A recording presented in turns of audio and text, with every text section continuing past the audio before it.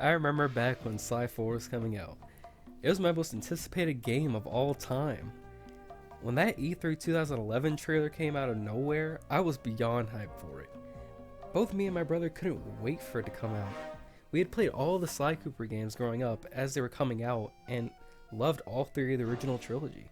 The stealthy Sly gameplay along with Murray's combat and Bentley's hacking, the unique atmosphere, the memorable boss battles, the music, and of course the story about a young thief who comes from a long line of other thieves, inheriting their abilities to use to set out on his own adventures to write his own entries into his family's treasured book, the Thievius Raccoonus. Needless to say, fast forward to February 5th, 2013, where the game arrives and we start to play and see how it stacked up to the originals. It had been 8 long years with no new Sly game, and of course by the end of it, we both ended up liking the game. But not without a few problems. And understandably, it's become the most controversial Sly game to date. So let's look back and see how well Sly Cooper Thieves in Time holds up after 7 years. Sly 4 was made by a completely different developer now in Sanzaru Games. The previous 3 games have been made by Sucker Punch, now moving on at this point into the Infamous series. And it really gives the game an immediately different feel. The controls don't feel the same, with Sly feeling a bit more weighty than he should. The graphics have been changed whilst retaining the same style previous games had, and actually playing it again after all these years, it actually aged pretty well. And it's really made me appreciate the attention to detail they put into each area, lending to the authentic feel of each era. I still really like how they open up the story. It was nice to see Sly and Carmelita finally together. Bentley and Penelope are still together after all they went through in Sly 3. And Murray's doing racing tournaments living his dream. And I thought it was a nice callback to those fun little racing minigames in the original. It's then found out that Penelope just disappears out of nowhere, and while trying to search for her, Bentley also finds out that the Thievius Raccoonus is having its history mysteriously taken away. And so, Bentley gathers the gang back together to restore the lost pages, and what better way to do that than with Bentley's new time machine? The way time traveling works for his machine is that they need an item from that era to travel to it. So they decide to go and steal a feudal Japanese dagger from a museum. Carmelita understandably gets upset at Sly and tries to capture him, but ends up getting instead captured by the main villain of Sly 4, Le Paradox. We'll talk more about him later. You also get to see Dimitri, but oddly enough he doesn't have any lines in this game, which is kind of weird since his dialogue and demeanor made him such a memorable character and a real fan favorite. So they give him the Thievius Raccoonus and they head out for another adventure. It'd be hard not to point out the new way of doing cutscenes. I've actually been torn on them since in one way I really like this new fully animated style, but it always felt like something was lost on the more comic book style the originals had, because it made the cutscenes look very different from a usual in-game cinematic. Maybe it's one of those things where I just miss when games had limitations, where game developers had to really optimize and make their games stand out because of the limited hardware they were on. This is not to take away from how well animated these cutscenes are, and I'll always enjoy watching them for how good they're made. There are even moments in the animation where it could legitimately be a comic book panel, so yeah, I like them, but I like the old way too. Moving on. The way this game is structured is that each level is an era of history. The big thing about this game was that you actually will get to meet several of Sly's ancestors, the originators of Sly's many techniques and skills. However, first in each world, the game will have to save them from wherever the bosses have them held up at, and once you set them free, you actually get to play as them, which sounds very exciting on paper. Each ancestor has their own special abilities, but the problem is that these abilities are highly varied on the fun factor. Ryoichi was awesome with his ability to ninja spiral jump near instantly with his really cool zipping animation. Tennessee Kid Cooper had his freaking gun canes, where his dead shot ability can actually freeze time and hit multiple targets, and then the rest are just okay, with Sir Gallant's, Bob's, and Salim's not being as impressive or fun to use. The core gameplay with each of the 3 main characters remain intact for the most part, with some new additions. Sly now has the ability to change into these multiple disguises to get around guards and for use in puzzles. These are a lot of fun to use and lead to some cool, if simple, puzzles. I especially like the Thief's outfit because it finds a way to be used in both puzzles and platforming. I do think that these costumes were added to make up for the huge ensemble cast we had in Sly 3. And whilst I still definitely prefer Sly 3's way of doing it, I mean, you got to play as the freaking Panda King in that game, I can commend Sanzara for at least trying to stay consistent with the additions made in the series thus far. Bentley now has 2 additional hacking minigames like this one where it's a side-scrolling shoot-'em-up, where he actually has an avatar that looks similar to his online persona in Sly 3, and this other minigame where he used gyro controls to move around this electrical ball to put it in the goal. Yes, gyro controls. PS3 gyro controls. They work okay and kind of act to give the hacking sort of a precision angle. The minigame from previous games also returns with the new speed type code, which gives the ability to loop around enemies and objects, and there's also a tank code that creates huge bursts in slow succession. These are welcome additions as well, minus the gyro control minigame, which can be annoying to navigate with, but just like the originals, these minigames are kept short and simple. And all 3 minigames add a lot of fun variety to the hacking. They even made a DLC called Bentley's Hat Pack of just these minigames. Bentley also has a new and much more efficient way of pickpocketing now, which is cool, and I thought it was a natural progression from his magnet. Murray gets some new punches and you know what? Out of all the characters though, I'm very disappointed with how they did Murray. His combat just feels very clumsy in this game. In Sly 2 and 3, his punches were very horizontal, whereas now his punches are a lot more vertical for some reason, and now he just kind of like inches forward awkwardly with them. There was also this thing where he would soft lock on to nearby enemies. It just makes his gameplay feel a lot less satisfying than before. And it sucks because Murray was actually my favorite character growing up. Where my brother would be mostly Sly and we both share and play Bentley, I was always Murray. And he never really felt quite right in this game.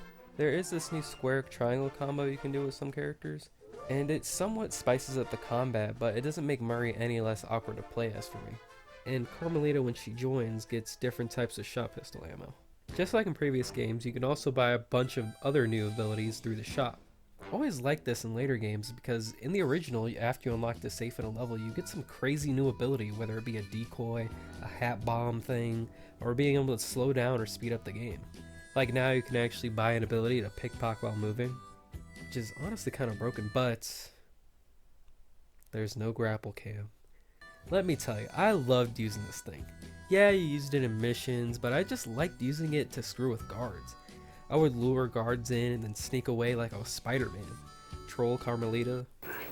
And if they ever make a new game, I would also like the fire boots back. Those were cool too. And you know what? As I'm making this script, I just remembered something Thieves in Time completely dropped. Murray's ball move from Sly 3. I always thought that Murray both didn't have anything new going for him in this game and that something was missing from his gameplay that was in previous games, but I just couldn't understand it at the time. This move, called Be the Ball, was an ability that Murray picked up in training with the Guru. He could use it in missions to hit specific targets across the entire map and from really high above too. I have no idea why Sanzara completely removed this ability of his, and it made Murray feel like more of a downgrade compared to the rest of the cast. The hideout has been revamped to be more in style with the first game. From here, you can buy more abilities, switch characters, replay jobs, go to different episodes, and there's also a lot of new stuff, like this entire section that's dedicated to all the treasure you get, which are earned through bringing each piece on the homeworld back to the hideout within a certain amount of time. I like how each treasure you get also has a description now, and there was even some Easter eggs with some of them. Each hideout also has an arcade machine where you can try and get the high scores in each of them for a trophy if that's your thing.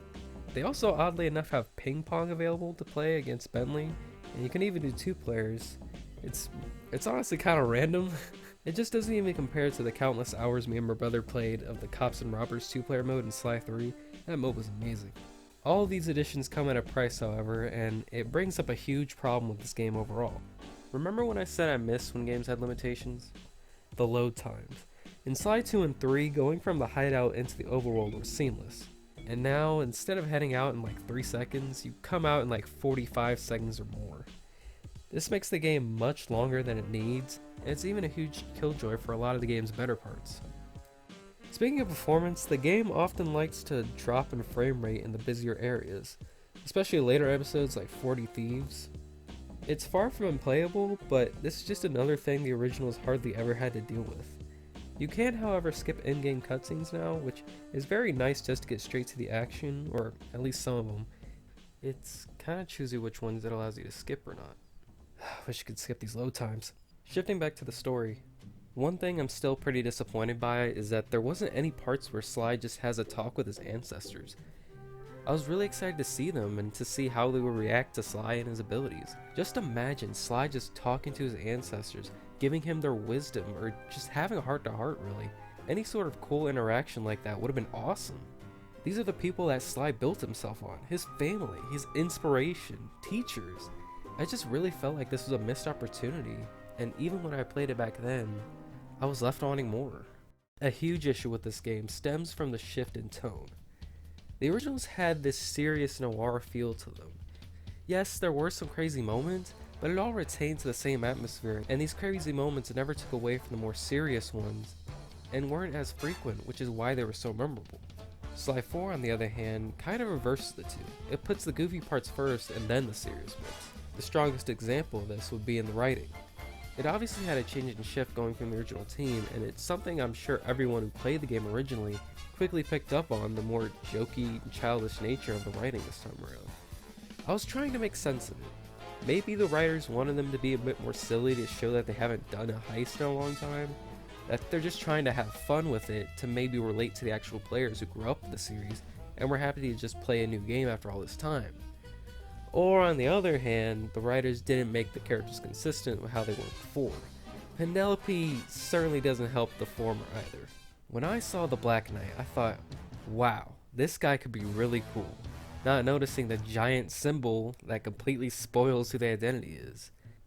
When Penelope was revealed to be the villain, it left me confused, like, she has to be brainwashed or something. There's no way they would turn such a sweet and kind character into this. But it turns out she wasn't brainwashed, and they really did just destroy her character with this reveal. Now in terms of the battle, I do like it, and it's actually pretty good and even made my top 10 list all those years ago. But what kills it is who you're fighting. You see, Penelope and Bentley had been through so much in Sly 3, and their development was another example of the series writing at its best. Penelope even had her own pretty solid boss fight. Her wanting to rule the world through making weapons, it just rubbed me the wrong way, and the portrayal of her character is just unbelievable looking back on it, and you can bet this moment soured a lot of people to this game. Talking about bosses, I still believe that this game has some of the best and worst bosses in the series, with Miss Decibel being the only one that comes off as average. My favorite would still have to be El Jefe. He is by far to this day one of the best bosses in the series, and one of the best first bosses in any game. It has the perfect level of challenge, spectacle, phases, and Sly has some really good banter with him. I mean, there's a reason why this fight was the first ever gameplay shown in this game. You know, Toothpick's fight didn't impress me the first time around, but I like it more now, and I also find Toothpick to be one of the most comedic villains in the series, so it made the fight more fun overall. Unlike the Grizz. My brother fought this guy when we played this game the first time around. I asked him how good the fight was, and he said it sucked, and he was spot on with this one. You play this one as Murray, and unlike his previous fights, there wasn't any real development going on for his character. The reason fights like Octavio and Rajan were so good is because, coupled with the combat, Murray was put in sticky situations or had some inner struggles from previous events. They have this thing where Murray feels inadequate after he trains Bob, but to me it always felt kind of forced. Why wouldn't Murray be proud to have trained Bob up? You were such a good trainer that you were able to bring the Sly's very first ancestor from a massive decline. It always just felt like an excuse to have him as the one that fights him. I think this fight would have worked better if it was Bob instead. He was going through a slump himself, and rising up to combat the one that was stealing the eggs would have been great. I'm actually surprised there wasn't a single fight where he plays an ancestor. Oh yeah, and there's also Rhythm Phase. Penelope, fight-wise, I still enjoyed. Miss Decibel never really stood out to me character-wise or in the fight. She's just okay. The Thief's outfit was used in some of the best platforming segments in the game, and I like its use here. The real disappointment, though, comes from the final boss, Le Paradox. Final bosses in Sly games have consistently been epic and really damn good. You come face to face with the main villain in a crazy environment as the whole game comes to one epic fight. These fights really tested your skill and everything you've learned up to that point, and were all a very good challenge in the original trilogy.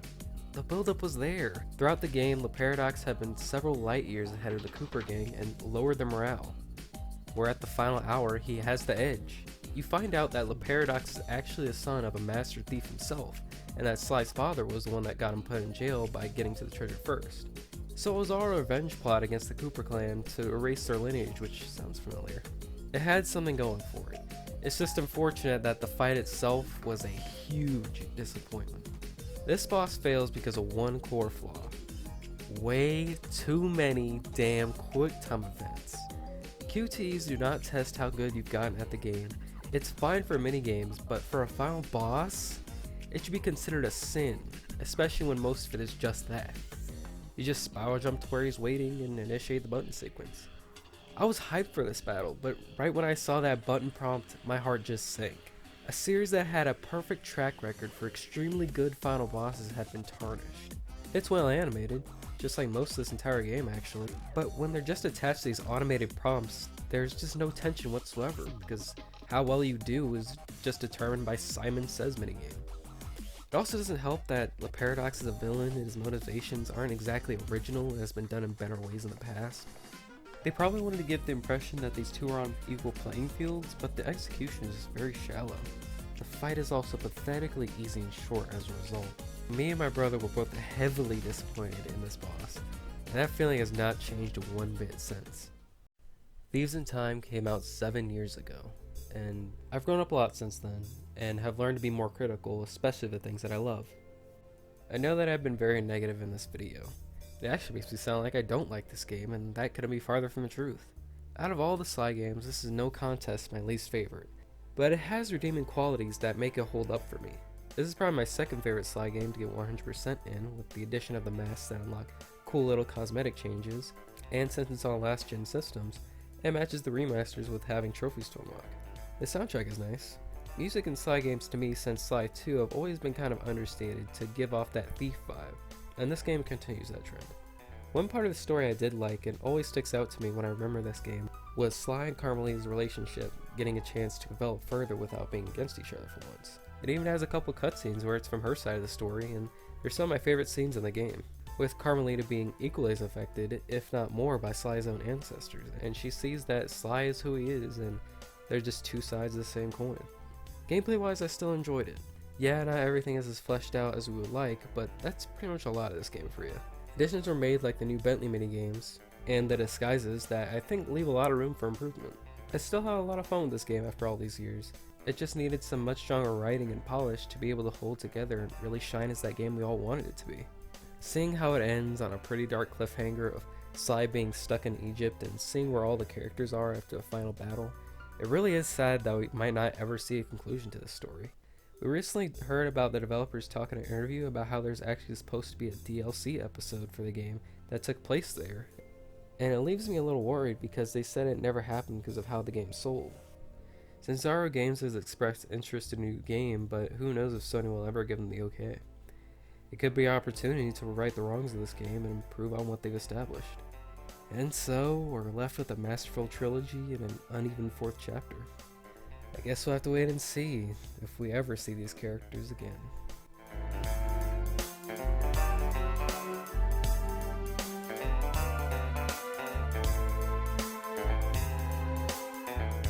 This pistol packs a paralyzing punch. You always return to the scene of the crime. Let's get back to business. Now, where was I? After the Cooper gang escaped at the museum, I decided to follow my nose. Can we give Carmelita a stable voice actress, please?